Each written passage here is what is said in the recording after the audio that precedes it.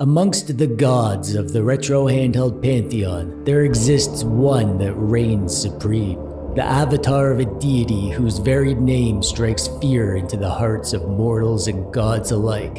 Odin, the Allfather, who will stop at nothing to secure his place amongst the stars, just as the Odin 2 retro handheld will forever be etched into the minds of retro gamers, as though it were carved out of stone. And now there's a mini one! Hey, I'm still a god, you know. Yeah, I know. You're a god. You're mighty and stuff. I was just pointing out that you're smaller than the, other one. My stature may be less, but I can still smite thee with furious vengeance. Yeah, I know.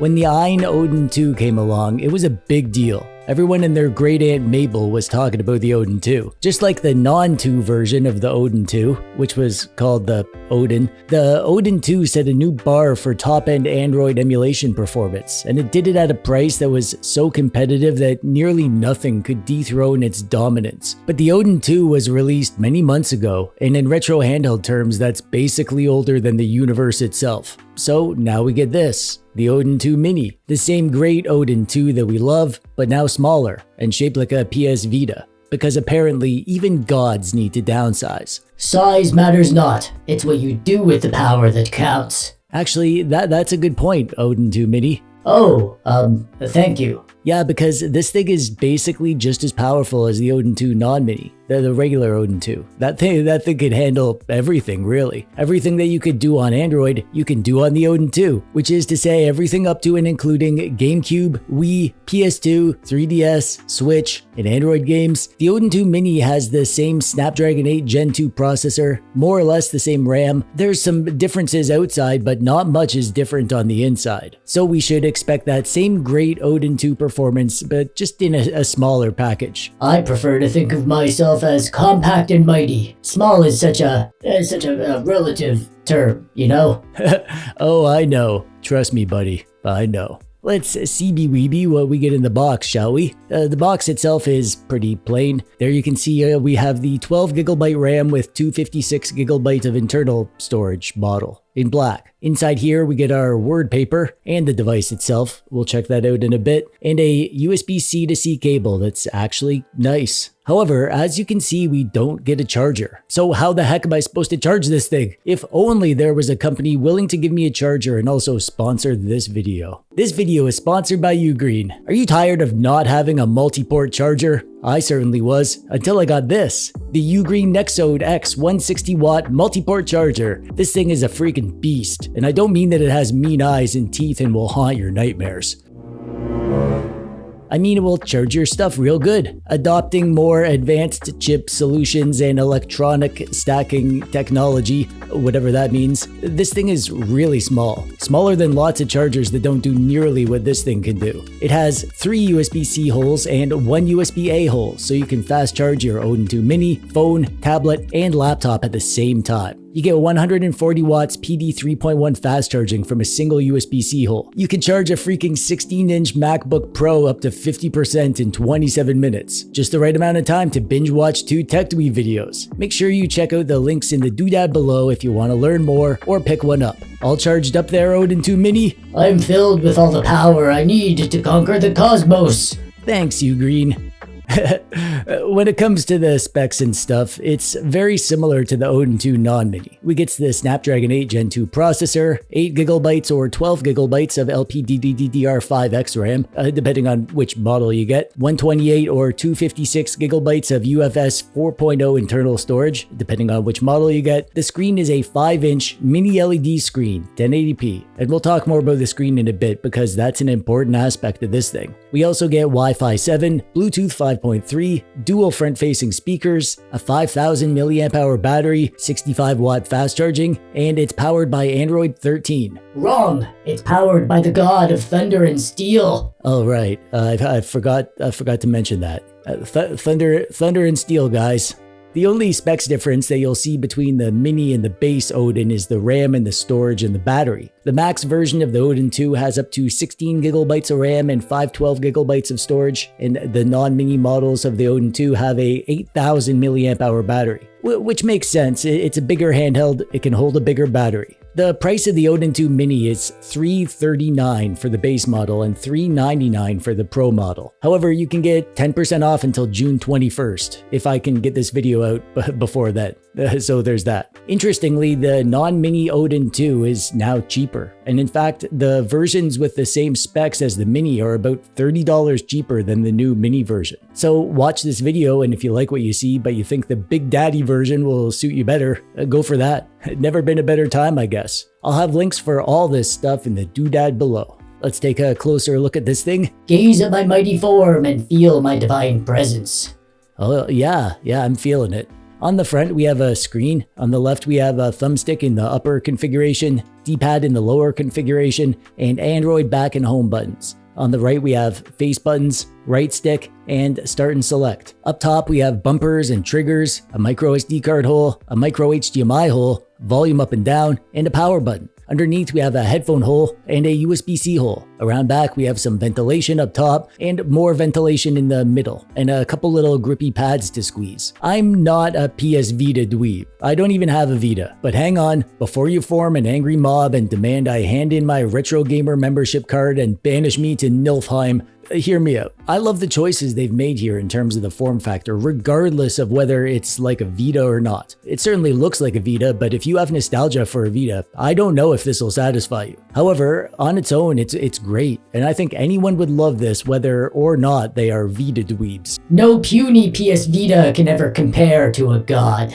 See, this guy gets it. This thing has absolutely wonderful hand feel. There's a good amount of thickness to it, and there aren't any grippy humps to squeeze, but that doesn't bother me here. These nice little finger rests at the back feel nice. The shape of the sides is round, and that is a great shape to let this sit into your palms comfortably while putting your thumbs at just the right place. Lots of people prefer the D-pad up top. I'm not one of those. I prefer the stick up top usually, especially on devices that can handle the high-end stuff. The D-pad is clicky micro switch, and that means it's very accurate. I have zero issues using this for anything. No issues with diagonals or any of that. And even though it's clicky, it's pretty quiet. It's not a loud click. The buttons are membrane and they feel great. I like that the D-pad and the buttons have this glossy exterior. It's very sharp and premium looking. The triggers are also great. There's a bit of a swoop to them and they are just the right size to be comfortable without making the device too thick. And the quality of the input on these is perfect. However, the sticks are where this thing really shines. They're Hall sticks, and they are a great size that feel more like a full-size controller's sticks rather than the crappy Switch-style sticks that we get on most handhelds. The input quality is just perfect. Ayn really gets that stick quality is worth paying attention to, unlike other handheld makers. Overall, the hand feel and the controls are just amazing here. This thing is just a delight to game on, and it feels super comfortable despite being a smaller device. I definitely think the original Odin 2 is more comfortable, but that thing isn't pocketable at all, unlike the Odin 2 Mini. Speaking of which, don't you dare even think about putting the Allfather in the pocket of a dweeb. Oh come on, you're so uptight. Why not chill out and enjoy life? Never! Okay, you know what? I'm turning you off. No! Well, are you ready to play nice? Yeah, I'll be good. Thank you. Okay, there you go. It's pocketable. It's not like so sleek and slim that you can't notice it in there. But in a pinch, yeah, you could toss this in a pocket, no problem. Was that so bad? The pocket realm was not worthy of my presence, but it has been enriched by it. The sound is awesome.